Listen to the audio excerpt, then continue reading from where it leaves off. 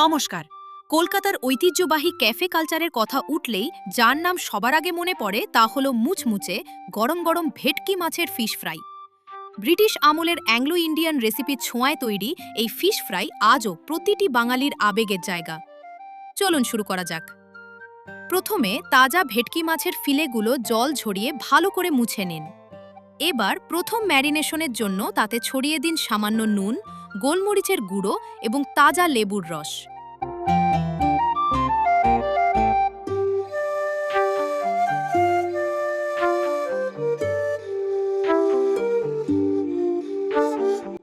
দশ থেকে 15 মিনিট এভাবেই রেখে দিন। এর মাঝে বানিয়ে নেব একটা পেস্ট। একটা মিক্সিং জারে দিন ধনেপাতা, পুদিনা পাতা, আদা, রসুনের কোয়া, ডিমের সাদা অংশ।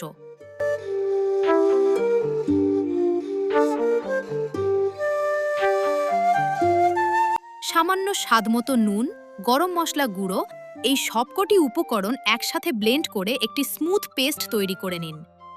এবার একটি পাত্রে ধনেপাতার মশলা কিছুটা ছড়িয়ে দিন। তার ওপর একটি একটি করে মাছের ফিলে বসিয়ে দিন এবং ওপর থেকেও মশলার প্রলেপ দিন। এইভাবে প্রতিটা স্তরে মশলা মাখিয়ে নিন যাতে মাছের সুবাস ও স্বাদ ভালোভাবে ঢুকে যায়।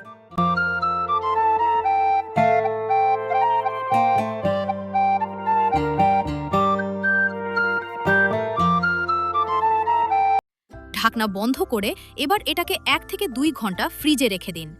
ফ্রিজে রাখা খুবই জরুরি, কারণ এতে মশলাটা জমে মাছের গায়ে সুন্দরভাবে সেট হয়ে যায়। ফ্রিজ থেকে বার করে ম্যারিনেট করা মাছে দিন 1 চামচ ময়দা এবং ভালো করে মিশিয়ে নিন।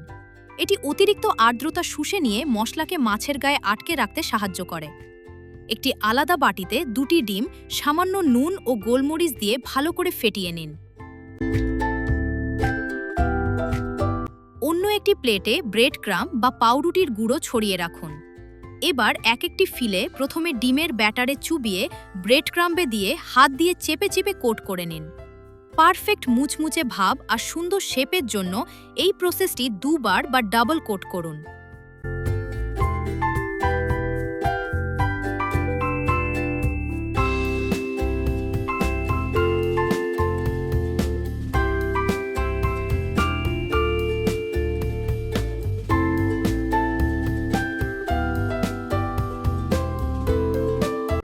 পর্যাপ্ত পরিমাণে সাদা তেল গরম করে নিন।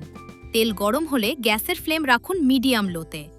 অতি অবশ্যই মনে রাখবেন, উচ্চ আঁচে ভাজলে ওপরের কোটিং তাড়াতাড়ি লাল হয়ে যাবে আর ভেতরের মাছ কাঁচা থেকে যাবে। তাই ধীর আঁচে উল্টে পাল্টে মুচমুচে করে ভেজে তুলে নিন।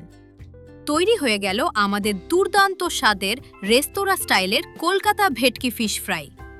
ওপর থেকে একটু বিট নুন ছড়িয়ে কাসুন্দি আর পেঁয়াজ শসার স্যালাডের সাথে গরম গরম পরিবেশন করুন। রেসিপিটি ভালো লাগলে লাইক, শেয়ার এবং সাবস্ক্রাইব করতে একদম ভুলবেন না। ধন্যবাদ।